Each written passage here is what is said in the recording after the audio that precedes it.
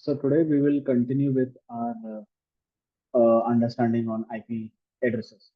But let's just have a recap of what we learned in the last session.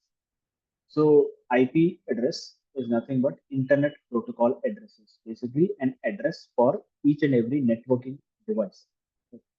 And it is basically written in this format A.B.C.D, where every digit over here is 8 bits long. That means it's an octet, right? That's why it is called as an octet, because it is an 8 bits number. And since we have 4 different octets, right? So the length of your IPv4 address or IP version 4 address is 32 bits, right? And it is basically IPv4 address is divided into 5 different classes: class A, B, C, D, and E. And this class is basically segregated based on the number in the first octet. Okay, so if yes, over here. So it is basically defined based on the number in the first octet. So in the first octet, if the number is between 1 to 126, it is a class A IP address. If the number is between 128 to 191, it's class B. If the number is between 192 to 223, class C. 224 to 239 is class D, and 240 to 255 is class E. So as network engineers, we will be mostly dealing with class A, B, and C. We will deal with multicast addresses when we are specifically working on multicast. However, few routing protocols also use multicast addresses. Few routing protocols, they also use their own multicast address to send data. We'll talk about that when we're discussing or talking about that particular routing protocol. And the last one, E, is an experimental address. Okay. We, before between 1 and 126, and between class A and class B, you can see it ends at 126, but over here this ends or starts with 128. The rest of the classes have continuity: 191, 192, 223, 224, 239, 240. Right? There is a continuity in the classes, the rest of the classes, but there is no continuity between class A and class B. It ends at 126, but it does not start with 127, it starts with 128. So the number 127 is, again, you can call it as an experimental number, or you can call it as a loopback number. We'll talk about loopback addresses later, but please remember the number 127. Okay, the number 127 is called as a loopback number. Okay, we'll talk about that later. And we also discussed the different network parts and the host part in each of these IP addresses, right? So in class A, we will have one network part and three host part. In class B, we will have two network part and two host part. And in class C, we will have three network part and one host part. So this host basically means is a host part in any IP address, in any class of IP address, class A, class B, class C, is the one that keeps changing. Whereas the network part is the only part which is constant across the whole IP address schema. In order to understand this better, let me take you to an example of a class B IP address. Of a class B IP address. We know that a class B IP address starts from 128 and it goes up till 191. So this 172 is of a class B IP address. We can clearly see that, right? Now, 172.16 over here, since it's a class B, these two octets are your network octet and the last two octets are host octet. So you can see here how it is increasing, or how many different host parts that you can have, the probability of different hosts that you can have, right? So whenever you're writing an IP address, you increment the IP address from the last octet only, like this 172.16.0.1, and it will go up till 254. Okay, forget what is a broadcast address. Okay, we'll talk about broadcast address later. Then once the first octet, sorry, last octet from 1 to 254 is over, it jumps from 0 to 1. Then again 1.1 till 1. 254, then 2.1 till 2.254, 3.1, 3.254. Similarly, it goes up till 255.255.254. Okay, so if you see here, this 172 in all the IP address numbers, it is same. The only thing that is changing is the last two octets, and in class B, last two octets are called as the host part or host octet. And you can clearly see the host octets are the only octets that are changing, right? And the network part, the first two octets are same. So similarly for class A and class C, we will see such IP address schema, right? This is what we had learned. Hi, Naresh. I think you were saying something, but I choose to continue. Actually, my mic turned on automatically. Sorry for All that. right, all right. No problem, no problem. Okay. Now,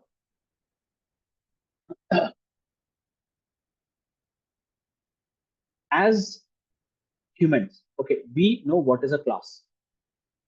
Okay, what is a class A, what is a class B, what is a class C. We know how many network octets are there. We know how many host octets are. We just learned it, right? One host, one network octet, three host octet, two network octet, two host octet, three network octets, and one host octet. Basically, it's reverse, right? The network octet and the host octets are reverse for class A, B, and C. But for a computer or for any networking device, okay, if I write any IP address, let's say 200.1.2.3, I know that this is a class C IP address. How? Because the first is between 191 and 220, 191 and 223. So this is a class C IP address. I can easily understand it. Okay. But as we know that the networking devices, they understand everything in the form of bits and bytes. Okay. Not bytes, basically in the form of bits, basically ones and zeros. Right? When an IP address is written in the form of ones and zeros or the combination of ones and zeros, so obviously a computer or any networking device will convert each of these numbers into its binary format. And when it is converted into a binary format, probably it would look something. I'm just randomly writing. I don't exactly know what the binary format of 200 is. I'm just simply writing it in a binary format. Okay, 1010. Okay, 2468. Right, and 00000567 dot 1234567 dot 1234567 right. So this is how an IP address would basically look like for any networking device, right? But for a networking device, how will it identify if this is a class A, class B, class C? Okay, as a human, I know that this is a class C, but for any networking device, when it converts it into a binary format, or for that matter, even if it tries to learn the class from this particular IP address, it does not know if it is class A, class B, class C. It is for humans to classify these IP addresses. It is for us humans to classify these IP addresses. But for a networking device, how will it understand? To make the networking devices understand these classifications, that an particular IP address is class A, class B, or class C, we created, along with your IP address, we created something called as an address mask. With address mask only, a networking device identifies the class and the network octets and host octets. Okay, through an address mask, the networking device, any networking device, is able to identify the class of the IP address, and with the class, how many network octets are there and how many host octets are there. That is how it identifies.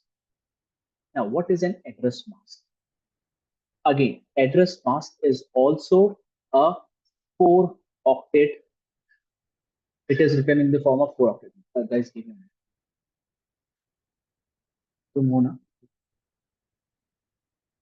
it is written in this. It is similarly written in the format of an IP address, like A dot B dot C dot B. However, okay, for class A, let me write an IP address 10.1.2.3. Okay, an address mask for class A is written in the form of 255.0.0.0. This is the default address mask of a class A IP address. Okay, I'll tell you the significance of 255 in just a minute, but let's try to see the address masks of other classes as well. For class B, 172.168.1.1, the address mask is written like 255.255.0.0. This is again the default address mask of class B. And for class C, 192.168.3.1, it is written as 255.255.255.0. Again, this is the default address mask of class C. Now, you may ask me, with this number, how is the networking device identifying which class is it? Does it belong to? Does it belong to class A, class B, class C? How is this number 255 making that difference? Okay. If you convert 255 in its binary form, okay, 255 in its binary form is all 1, 1, 2, 3, 4, 5, 6, 7, 8. 8 bits of ones in binary form. Okay, this is how 255 is written. So any networking device, when it sees this address mask, instead of 255, it basically converts it into its equivalent binary number. That is 111. And the rest of this is again its equivalent binary 0. So basically all zeros. So all ones, all zeros, all zeros, all zeros. Right. Again, the question still remains, with this particular binary format, how is the computer identifying class A, class B, class C? Okay. So an IP address is designed in such a way that the number of ones in the address mask. Again, please listen to this very carefully. The number of ones in the address mask tells how many network octets are there and how many host octets are there. The number of ones tells you how many host octets are there, how many network octets are there. So 8 ones tells there is one network part, the rest are zeros. So the zeros tells the host part. Similarly, for class B, there are 8 plus 8, 16 ones are there. That means this is a class B IP address. So there will be 2 network parts and 2 host parts. Similarly, for class C, there will be 8 plus 8 plus 8. 24 ones will be present. That means this is a class C IP address. That means 3 network parts will be there and 1 host part will be there. So once tell how many network part or network octets are there, and zeros tell how many host part are there. This is the main function of your address mask, to let the networking device understand how many network parts are there and how many host parts are there. And based on that, it will identify, is it a class A, class B, or class C IP address. Okay, so to visually understand this, let me take you to a diagram over here.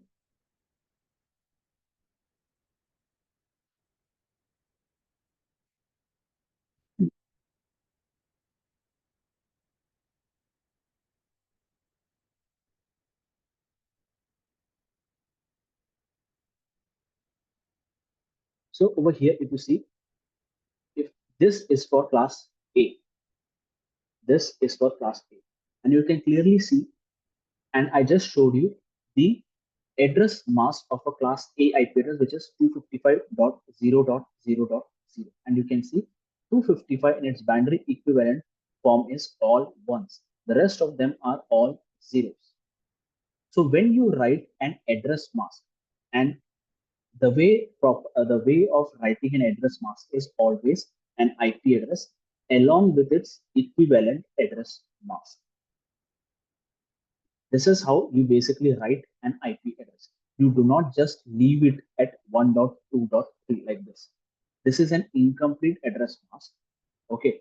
With this, the computer will networking device will not be able to identify the class and the network part and the host part in this particular IP. So for that purpose only, the address mask is present, and you always write the address mask after your IP address. And with that, you can clearly see with such an address mask, it will convert it into its binary equivalent format, and the number of ones tells the device how many network bits are there and how many host bits are there. So 8 network bits.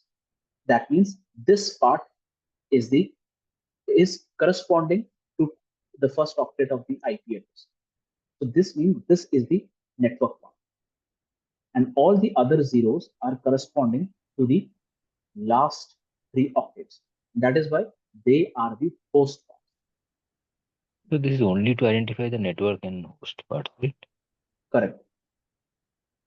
Not for Exactly. class A, class B. Because No. class A was 0 to 126, and after that it was That class. is, yeah, So yeah. that So here it is showing networking device do not know what is class A, class B is. They just know which is a network part, which is a host part. That's host part. Okay. it. It So is it is for us. we. It is for humans where we have classified them as class A, B, C. Okay. Okay, class A, B, C. Okay, so yeah, so you are right. Networking device do not know what is class A, class B, class C. They only understand the address masks, and based on the address mask, they will find out which is a network part and which is a host part. So you have to correctly write, but then you have to correctly write the default address mask for that particular class. So let's say if I write 10.1.2.3 and I have to write 255.0.0.0 on, then only it will identify this as a network part. And we know that in a class A IP address, this will be 1 octet of network part and 3 octets of host part. Right. So I have to correctly write this mask. So similarly for 172.16.1.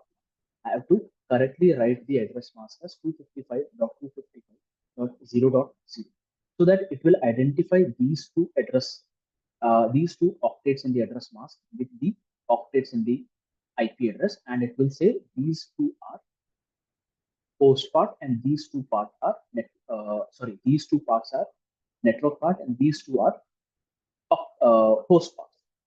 Similarly, for 192.168.1.1 class C IP address, I have to correctly write its equivalent address mask. So with this address mask, it will identify the first 3 octets are network part and the last octet is the host part for class C. Okay. So writing the correct IP address along with the correct default mask listen to my statement very carefully. Writing the correct address mask. Shall I remove whatever I've written? It's fine. Okay. I hope I can remove this.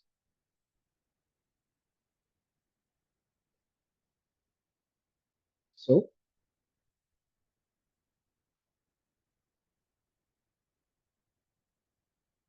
correct class of IP address with their equivalent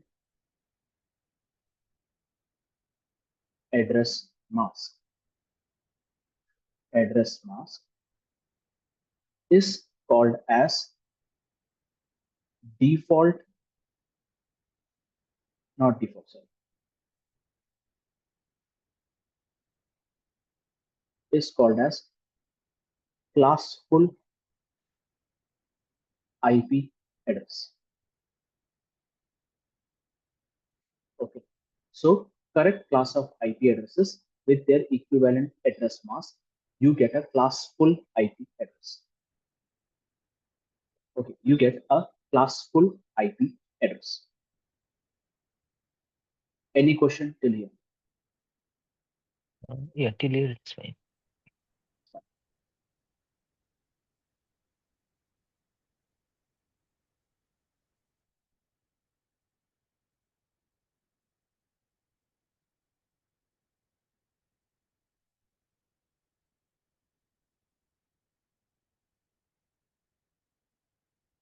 Okay. Now, what is the purpose of this classful masks? What are we as network engineers gaining by understanding what is a classful mask, what is a network part, objects, everything, host part, network part, etc. It's that we are able to identify the range of IP addresses. We will be able to identify the range of IP addresses using the address mask as well as the IP address. So if I write an IP address like 10.1.2.3 and I write the address mask as 255.0.0.0 in questions, interviews, in exams, or even in your real life, okay, you can or you should be able to identify or calculate the range of IP addresses that can be assigned to the users.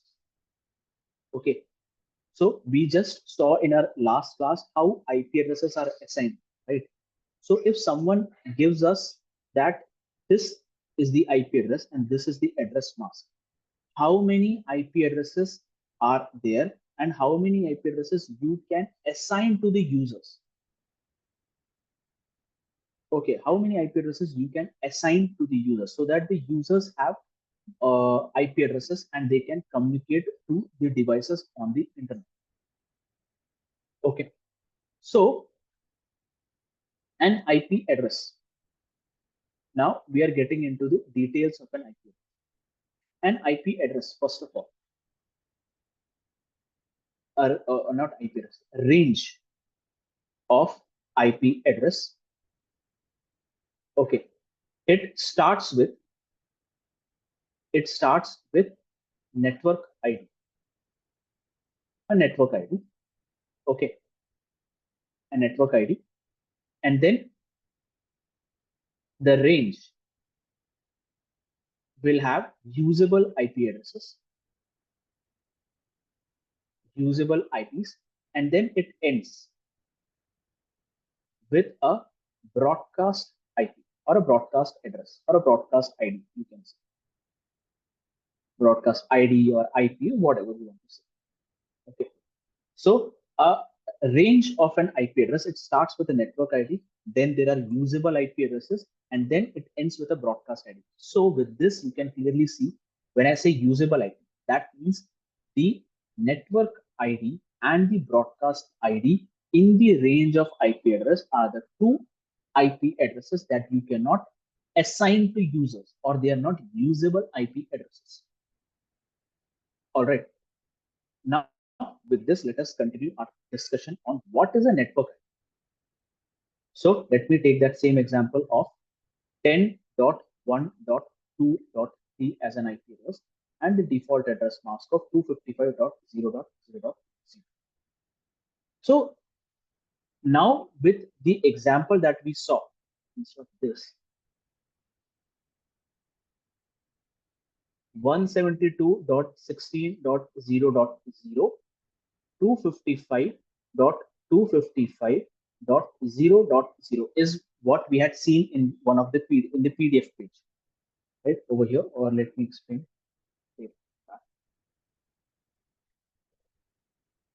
Okay, so 172.16.0.0, 255.255. Okay, now with this, how is the IP address starting? The IP address, as I said, will start from 172.16.0.1. This is the first usable IP address in the range. Usable IP address. First usable IP address. Okay, then the range will start, or the range obviously has started with 0.1. It goes with 2.3, etc. And it goes up till 172.16.0.254. This is the last usable IP address. Okay. And then 172.16.0.255. This is your broadcast ID. If this is my broadcast ID, that means this would be my network ID. This is my network ID. So we can clearly see 0.0 is a value that I cannot assign to any users. And 255 is broadcast ID. In switching, we learned a broadcast ID in switching or in MAC addresses. Broadcast is all F, but in IP address, we just saw 255 in binary format is all ones. So such an IP address cannot be assigned to a user or any host or any device. Okay, so a broadcast ID and a network ID cannot be assigned to a particular networking device, but the range or the usable IP addresses can be assigned. So we just saw the range of an IP address basically starts. It starts with the network ID, then you have the range of usable IP addresses, and then it ends with a broadcast ID. Similarly, the next range of IP address will start with 172.16.1.0. This then becomes the network ID. Okay, then you have range of usable IP addresses 172.16.1.1. This is the first usable IP address, and it goes up till 254. That is 172.16.1.254. This is the last usable IP address, and then 172.16.1.255. It ends with a broadcast ID. Now, if I do a ping to 172.16.1.255, every IP address starting from 172.16.1.1 till 172.16.1.254 will receive that ping, and I will receive back a response from them. Let's say my IP address is 172.16.1. Let's say 50. This is my IP address, and from my IP address, if I ping 172.16.1.255, I will be sending ping to all the IP address in that range, And all these PCs, if they have the IP addresses, they will respond back with a ping. I will receive a reply from those IP addresses. That is the meaning of a broadcast. Similarly, now the next network ID over here will start with 172.16.2.0. This is my next network ID. The range of IP addresses will be 172.16.2.1. This is the first usable IP address. 172.16.2.254. This is the last usable IP address. And it ends with 172.16.2.255, which is basically the broadcast ID. This is the usable IP address. Is this clear? The range of IP addresses. Yeah, yes, yeah. Okay. Now in exams, certification exams or interviews, or even in real life, we will not be, we will be given a similar IP address, or we will be given an IP address from the usable IP address. Okay. So let's take the same example. Let's say 172.16.50.50. Okay. And then they will say in exam or in interview or even in real life, you should be able to find out what is the network ID of this IP address and what is the broadcast ID of this IP address.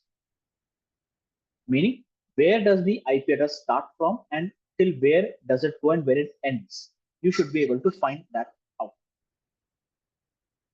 All right. So we'll learn that now how to find out the network ID and how to find out the broadcast ID of a particular IP address. It's not only for class B IP address. We should be able to calculate the range, the network ID and the broadcast ID for every classes, class A, class B, and class C. And that is what we're going to learn now. Okay. And before I So move that further, type of any thing, question? mostly they will ask those things, how to like calculate this range of Correct. Yes. Yes. because in the lab also it is required. Lab also will give it like 10 systems to assign these 10 switches. We need to get the range and Hmm. assign Hmm. it. Hmm. No, in lab, they do not ask. They do not ask you to assign IP addresses. IP addresses are already assigned. And you don't have to worry about calculating the IP addresses because it's very rudimentary skill that you should have. They're not going to ask you to assign IP addresses or calculate the range of IP addresses in lab. Lab meaning not the CCNA lab, the CCI lab. In Okay. CCNA lab, no, you're not asked to assign IP addresses. Probably you may be asked to find the range of IP addresses as an objective question. But in So CCNA means also you have, in CCNA exam you also have lab questions where only mostly theory will be like. mostly theory. In lab you are not asked to assign IP addresses or create IP address or find out an IP address.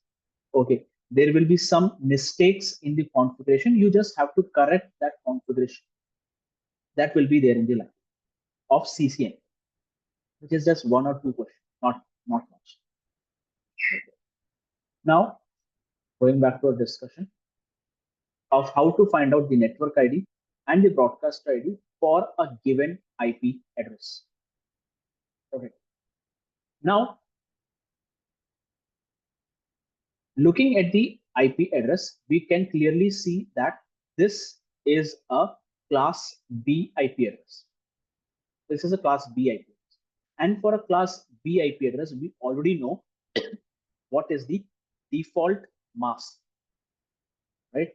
We know what will be the default mask of a class B IP address, that is 255.255.0.0, right? This is the default mask of a class B IP address. Now, to find the network ID, what you're supposed to do, wherever there is 255, sorry, wherever there is 255 in the address mask, copy that value from the IP address as such. So 172.16 is the IP. Then wherever there is 0, write 0. This basically becomes your network ID. This basically becomes your network ID. We just saw that. Okay, we just saw which will be the network ID. We can clearly see it starts with 0.0 network ID. Right. Now, to find the broadcast ID, all you need to do is change this 0 to 255. 172.16.255.255. This is your broadcast ID. So the range of IP address is one. It starts with 172.16.0.0. Okay. First usable IP address would be 172.16.0.1. Last usable IP address would be 172.16.255.254, and the address broadcast ID would be 172.16.255.255. Okay. Now you may ask me, but in our previous examples that we were checking, we had so many different network IDs and so many different broadcast IDs. How come for this we just have one network ID and one broadcast ID and these many usable IP addresses?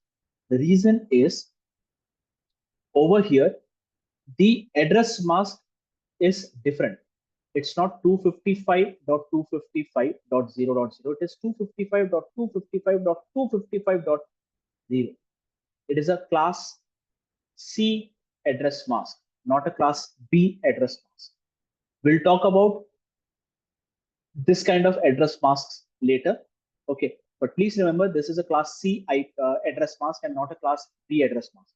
That is why we had different network IDs, or we had sets of network ID and broadcast ID and usable IP range. But with a proper class B IP address, will just have one set of IP address range that we just saw. That this is your network ID, this is your broadcast ID, and this is your usable IP address range. All right. Any question? Okay, so this Of was understanding? clear actually. This was a little bit easy. So they will Yeah. ask this much easy, or they will. I think Usually exam yes. Usually yes. We'll go through few practices right now. Practice questions right now. All right. Now, these are the few practice questions right now that we will go through. So here, what we are supposed to do, we are for this or for all the IP addresses that I mentioned over here, we have to find their network ID and we have to find their broadcast ID as well. This is our work. Okay. So for 1.1.1.1, what class does it belong to? It belongs to class A. How many network octets are there in class A? You just have one network octet in class A. How many host octets are there in class A? 3. Three. Now, network ID. 1.1.1.1. To find the network ID, all we need to do is write the default address mask 255.0.0.0. This is the default address mask of a class. Right. To find the network ID, as I said, wherever there is 255, just write down that number, and wherever there is 0, just write 0. This is your network ID.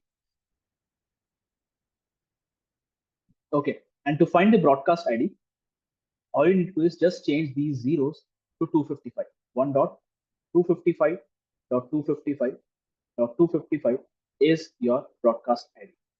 1.255.255.255 is your broadcast ID. This is not 2, this is 255. I'm just writing it as 2 in order to reduce the clutter. Okay, I got it. Now, next, 128. Okay. Give me a minute. 28. It will Yeah, go to the if you second. want, you can calculate yourself. I'm go pausing the to- video for some reason. Okay, so for the second one, 128 is class B because it falls between 128 to 191. Okay, so obviously this is class B, and class B we know that there are two network Two. octets and two host octets. Two Right? and two. Now to find out the network ID 128.1.6.5. Okay, we know that the default address mask is 255.255.0.0, right?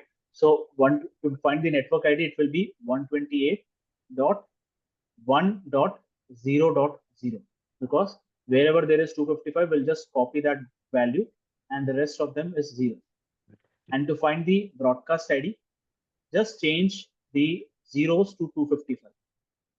So this is your broadcast ID. Okay. Any question with this second one? No, it's clear. Now, Next one, 200. So it will become class C. Class C. Class C, 3 network octets, 1 host 3-1. octets, right? So 200.1.2.3, address mask is 255.255.255.0. Okay. So 200.1.2.0 is the network ID, and 200.1.2.255 will be your broadcast ID. And any number between these range is your usable IP addresses. Okay. Yes. Any question? No, clear. Yeah. So the same logic goes for these IP addresses. Same logic goes for these IP addresses as well. Now, you may ask, why is it till 255? Why is it till 255? Like, we stop at 255. Why can't we go beyond 256 or beyond 255? 256, 257. Why can't we go for 500, 600, or even 999 for that matter? Why does it end at 255? Okay. The reason is we just learned every octet of an IP address is an 8 bits binary number. Is an 8 bits. Okay. So with 8 bits, 0, 1, 1, 2, 3, 4, 5, 6, 7, 8. If you convert all these numbers or all these zeros to 1, 2, 3, 4, 5, 6, 7, 8, and if you try to find out the decimal number for it, okay, so 2 power 0, 2 power 1, like that, and if you go till 2 power 7, and if you add all these numbers together, you get the value as 255. That is why we only calculate up till 255 and not beyond. That is the reason our broadcast ID ends at 255 and does not go beyond. Okay, so if you want beyond 256, you need to have a 9th digit as well, or a 10th digit if you want to go even beyond. Okay.